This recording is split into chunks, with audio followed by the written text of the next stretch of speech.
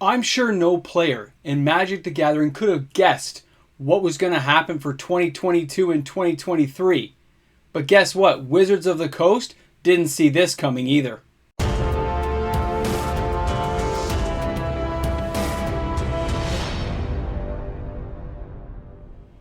Every day that goes by in which Hasbro and Wizards of the Coast does not apologize to the players is another slap in everyone's face. And we're going to keep making them pay for it.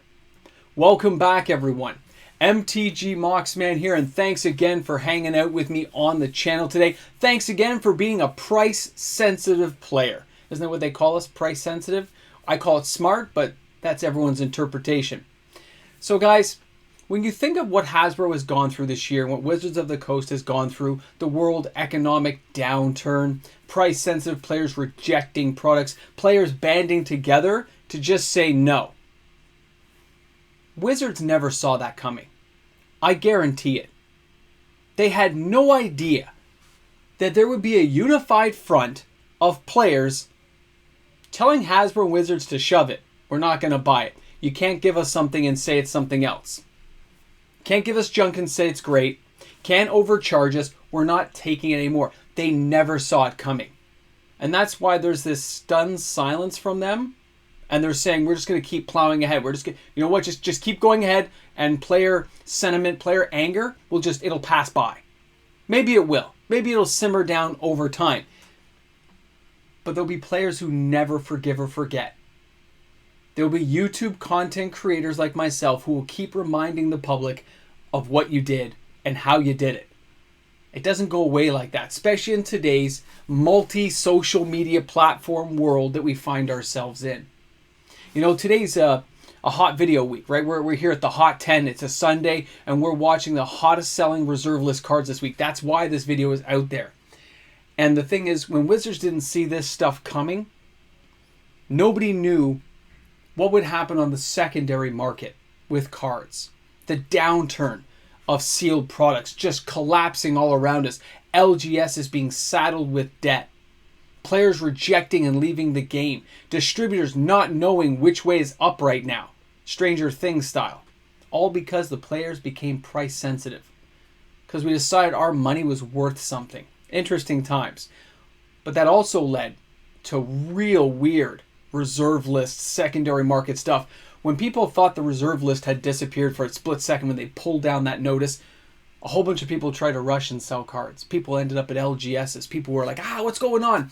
And that led to some very unusual sales this week. When we go through the Hot 10, when we march down the Yellow Brick Road together, you'll see some unusual sales that are not normally here, which has been happening the last 2 weeks in a row. Just cards I don't expect to be here because they're kind of expensive and they're not normally on the list in this volume. So let's go through the video today. You guys let me know. Are you price sensitive? Has Wizards of the Coast done you in? Are you still buying reserve list? Are you skipping everything else? Inquiring minds, and this Moxman, he needs to know. Because your opinion matters on this channel, and I want to see those comments in the comment section. And if you enjoyed the content, don't forget to give my video a thumbs up. Let's check out the hottest selling cards on the reserve list this week, and you guys will let me know if you're some of the people buying these cards. We're starting things off with Grim Monolith, and that's from Urza's Legacy. 17 sales this week with a market price of $272.16 US. What's interesting is the copies selling are actually near mint. Usually lately I've been seeing moderately to heavily played copies, but on this week's top 10 you're going to see me talk a lot about near mint cards being picked up because the prices just dropped to that level where people are like, I might as well pick up an investable copy. And that apparently is what happened this week when we're looking at Grim Monolith. I checked at my local store, 4 near mint copies sold, and that told me a lot right there. It was an advanced Black Friday sale. All 4 left the house and they're not coming back, and they were all near mint. And by the way, they were $280 Canadian for each one. So a much better price than we're seeing here off of things like MTG stocks and TCG Player. A very nice deal to be had. And let's face it, with the infinite combos you can get with this card, there's a reason why players like to buy, at least have one copy for Commander, because after you have one, you never have to buy it again. You can rotate it between decks, and most players don't get too annoyed, especially with yourself, because you're like, it costs me so much money, I can't buy 4. I get it. Now, number 9 this week is Lake of the Dead from Alliances. The market price is well below that $300 high that this card used to be at. It finds itself at $93.32 US. If you were buying this card on TCG Player, you would find copies for around $55 to $60, light to moderately played, okay? And guys, if you're buying any of these cards you see today on TCG Player, please remember to click my affiliate link found in the description of each of my videos. Just click the link. It'll take you right to TCG Player for your shopping experience. And of course, the channel, MTG Moxman here, will get a bit of a kickback, which helps me out in purchasing cards as well. So I thank everyone who takes the time to do that. And another amazing card, guys. Lake of the Dead is basically, it's like my 3rd favorite art ever created for the game. It still looks creepy and eerie to me even now. And it just has such playability. I see why people like it. It has a lot of use in Commander. Just a nostalgic card. I can't help myself. And the price just keeps dropping. It's not stopping, by the way. It will continue to fall, especially for moderately played copies. And the copies picked up right now, these 18 sales, of those, it looks like 14 were near mint. Okay? Near mint for about 14 of them. A little debatable on 1 or 2 of them, but it looks like it's around that mark. Now, our next card is number 8, and that is Talarian Academy. And again, a couple of damaged copies got bought pretty cheap, but a whole bunch of near mint copies, include a couple that were locally sold near mint, and they went for $125 Canadian near mint, and those sold as well. 19 sales overall with a market price of $129.47. And you can see the US price of $129.47 is putting a little bit out of skew from what I'm seeing for the Canadian prices, but I think the Canadian LGS are having a harder time moving product, so they're dropping their prices a little bit lower than what we're seeing from some of the US competition. So if you're in the US, you might want to check out local deals here in Canada, and just check out things like Fusion Gaming, Face to Face, 401 Games, Harry Tarantula. You might find some good deals, and they do ship to the US, so it is something to keep in mind. If you're looking for a good deal, your American dollar goes a lot further here in Canada than our dollar goes there. So it's a good time to take advantage of maybe even better deals than you expected when you look around. Just go shopping for certain cards you really want. Now, the number 7 card this week is City of Solitude, and this is its 3rd week in a row being here around that 40, like I guess what, 18 to 40 sales a week. It's consistently having sales, and that tells me it's individual players buying it. There's no mass group buyout from what I've seen. It's 1 or 2 copies a person type thing, but it's happening over and over again, and freezing up people's decks that splash in green, and just making it so players can only play spells or abilities on their turn. You really can build and engineer decks around stuff like this to make your deck pretty much unstoppable unless they can get around all the defenses you've built. Assuming the game goes to a mid-long range game, you can really take control with cards like this. The number 6 card is Volross Stronghold, 21 sales.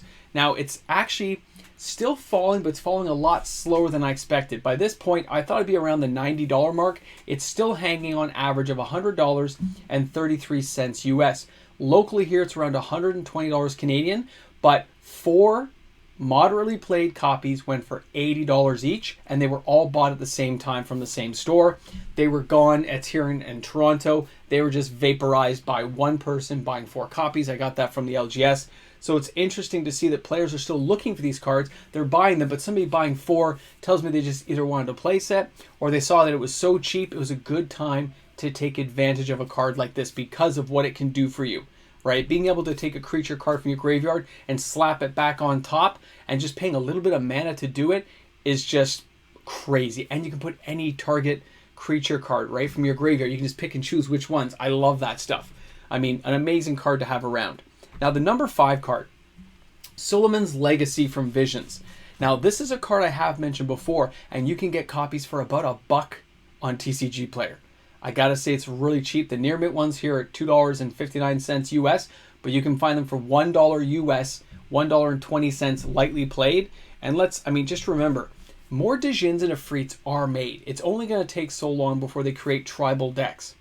And it says here, when Suleiman's Legacy comes into play, bury all Djinns and Ifrits.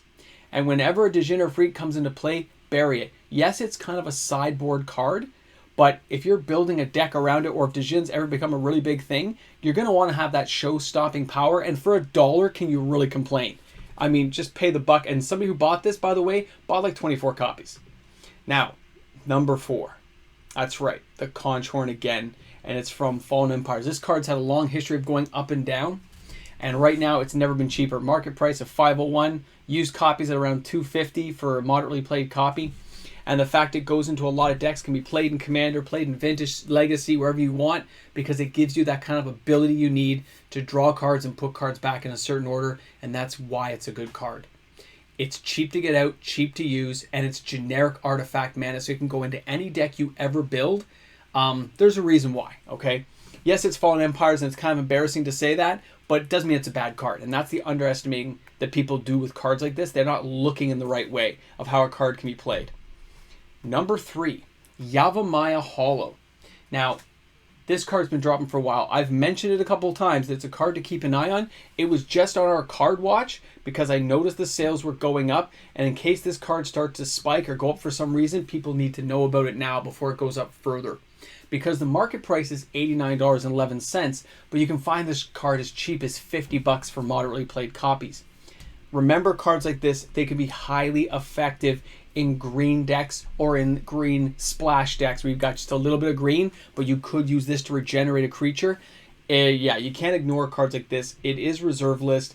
I mean, yeah, I wouldn't pass this card up if I had the opportunity because it's just too good. All right, number 2 this week is Omen of Fire. 39 sales this week. Again, underestimating cheap cards like this can just be detrimental to your health, okay? Return all islands to their owner's hand. Each player sacrifices a plains or a white permanent for each white permanent he or she controls. So if you're playing a black-red deck, you're messing up a couple of colors that are playing against you. That's just going to just mess people. It can destroy them. It can just wreck them. And people don't realize how bad this can be, and I've seen it used to just incredible devastation inside of Commander games. And yes, the player got slaughtered the next game because everyone tagged up on them, but it doesn't stop this card from being played. Number 1 is Leeches again, and that's because it's a good indicator when we see that Poison's coming back and Phyrexia all is one, that cards like this find homes, and they say, this is a card you have to buy. So you look at this and you see there's a spike, guys. Look, there's an actual spike on the needle.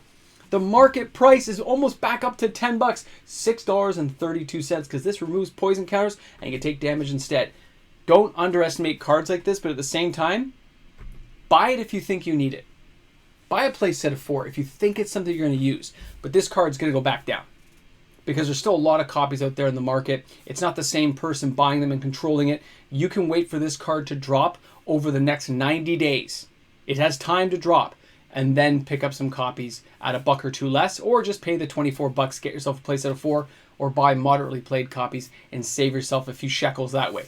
Guys, this was your Hot 10. This was the trip down the yellow brick road, and no one could have anticipated how the market was going to react after Wizards made that announcement. We're in like the upside down world with crazy stuff's going on, but one thing's for sure. Wizards never saw it coming when we told them what we were going to do to them. I can't wait for the Q4 results to come out. It's going to be crazy. It's probably, a week or 2 away? Nuts stuff. All right. Thanks a lot for hanging out, guys. Thanks for being here with MTG Moxman today. Looking forward to seeing you guys on the live stream tonight, 6:30 Eastern Standard Time every Sunday. And of course, guys, a big shout out goes out to each and every one of my fantastic patrons. December is right around the corner. Can't wait to see you guys there, because you know December means something special for the patrons.